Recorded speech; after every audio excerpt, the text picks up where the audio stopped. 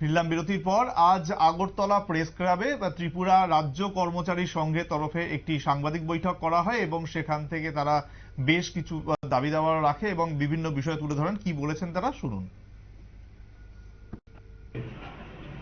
আগামী জুলাই মাসের 13 ও 14 তারিখে টিআর গ্যাসের রাজ্য সম্মেলনের নামে বিগত দিনের মতো লক্ষ লক্ষ টাকা হাতিয়ে নেওয়ার উদ্দেশ্যে বাংলাদেশের সংস্কৃতি চাঁদাবাজি ফিরিয়ে আনার লক্ষ্যে উন্মত্ত খেলায় মেতে উঠছে।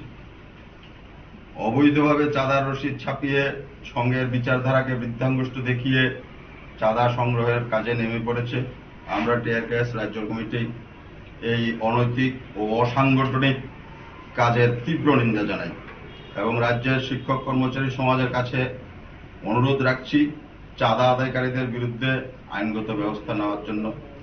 আবারও রাজ্যের কর্মচারীদের দৃষ্টি আকর্ষণ করছি, এই সময় চাঁদাবাজির বিরুদ্ধে সোচ্চার হন এবং চাঁদা দেওয়া থেকে বিরত থাকুন।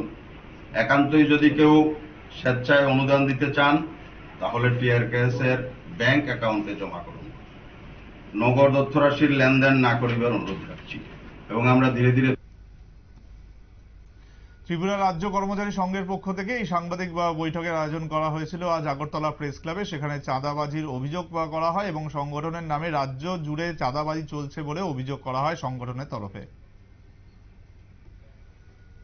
নিচে আরো একটা বিরতি, সঙ্গে থাকুন।